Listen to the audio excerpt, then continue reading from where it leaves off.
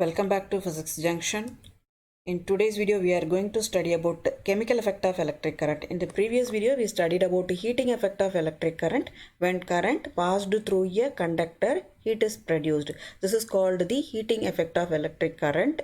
In the case of chemical effect of electric current, current is passed through a chemical solution and the chemical solution is decomposed into positive and negative ions. This is called the chemical effect of electric current. So here the electrolysis and electrochemical cells, these two are the examples for chemical effect of electric current. Let's start with electrolysis. In electrolysis process, electrical energy is converted into chemical energy.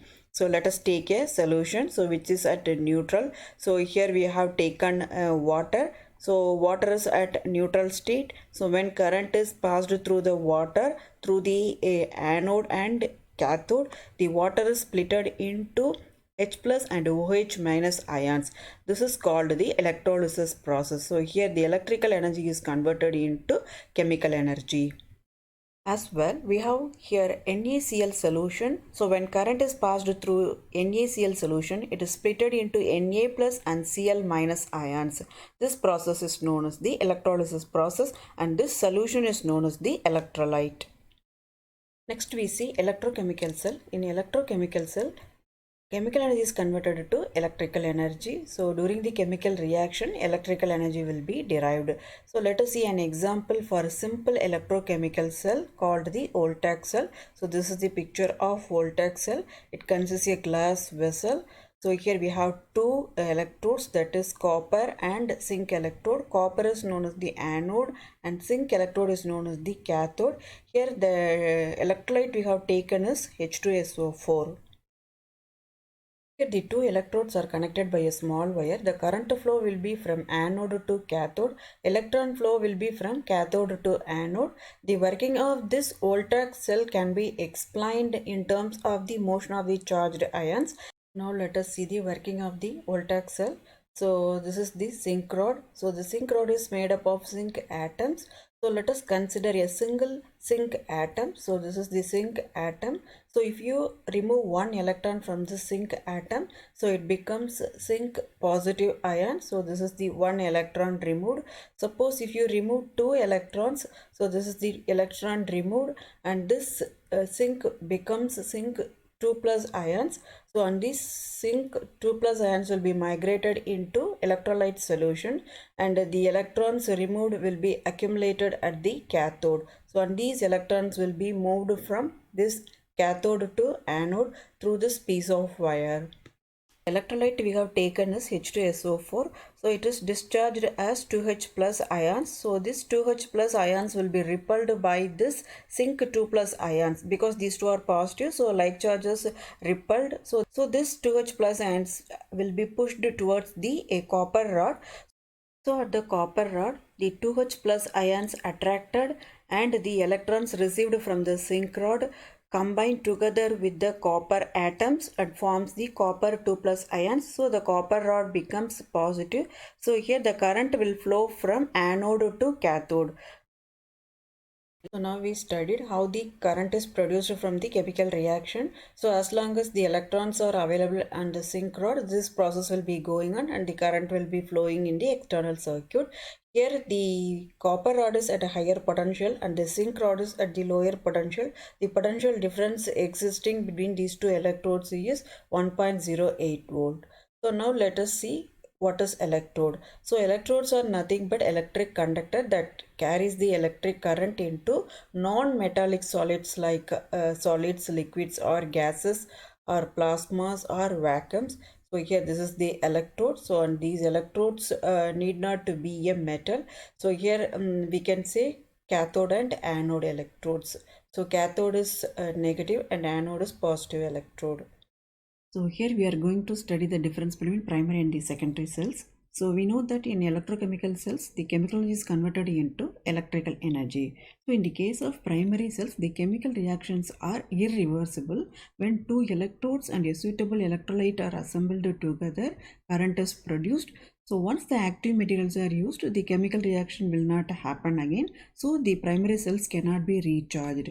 The main advantage of primary cell is they are smaller in size and lightweight. The example for primary cell, Daniell cell and Leclanché cell. In the case of secondary cell, the chemical reactions are reversible and active materials are used to generate the current. So if the current is passed in the opposite directions, the active materials can be reproduced. The process of obtaining current is called charge. The process of reproducing active material is called the charging. So the secondary cells are rechargeable. Example for secondary cell is lead acid accumulator. So now we move on to Leclanché cell. This is one of the primary cells. It has a glass vessel. It is filled with ammonium chloride solution. This ammonium chloride solution is known as the electrolyte. It has two electrodes, carbon and zinc electrode. So carbon rod is positive and zinc rod is negative. So here this is the porous part. This porous part is filled with a mixture of manganese dioxide and powdered carbon. So here the carbon rod acts as positive rod and the zinc rod acts as negative rod. So now we'll see the working of this Leclanché cell. So we know that it has two electrodes, zinc and carbon rod. So first we'll start with the zinc rod. So here the zinc rod is made up of zinc atoms. So this is zinc atom. If you remove two electrons, it becomes zinc 2 plus. So this is the zinc 2 plus positive ions. This is at the negative electrode. We know the electrolyte solution, that is the ammonium chloride solution. So this ammonium chloride solution is split into ammonium ions and chlorine ions. So here this chlorine ions combine with this zinc 2 plus ions to form the zinc chloride. So at the zinc rod, the electrons begins to accumulate and these electrons react with the leftover ammonium ions and gives out a hydrogen gas. So the produced 2H plus ions migrate to the carbon rod and make it positively charged. We know that this porous part is filled with the mixture of manganese dioxide and carbon powder. So this manganese dioxide reacts with the hydrogen gas and gives out manganese oxide and water. So this is the equation of complete reaction. Here when the carbon rod and the zinc rod are connected by a wire, the current flows from carbon rod to zinc rod. The EMF of the cell is 1.5 volt. So next we see lead acid accumulator. This is the secondary cell. So we have the picture of lead acid accumulator.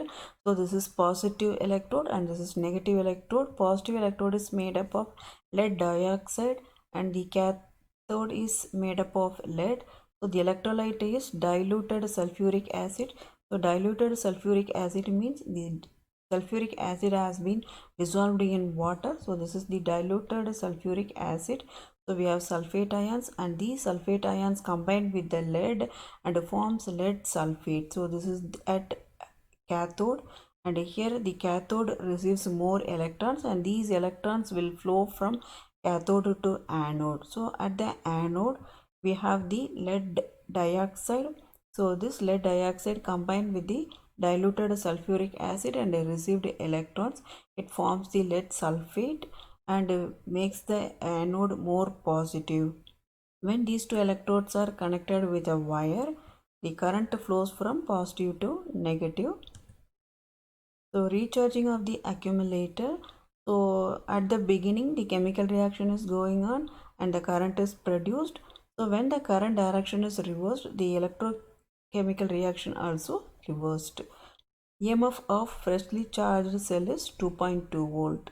In this presentation, you have studied about the chemical effect of electric current and you have familiarized with the different electrochemical cells such as Leclanché cell and the lead acid accumulator. I hope you enjoy this video. Thanks for watching.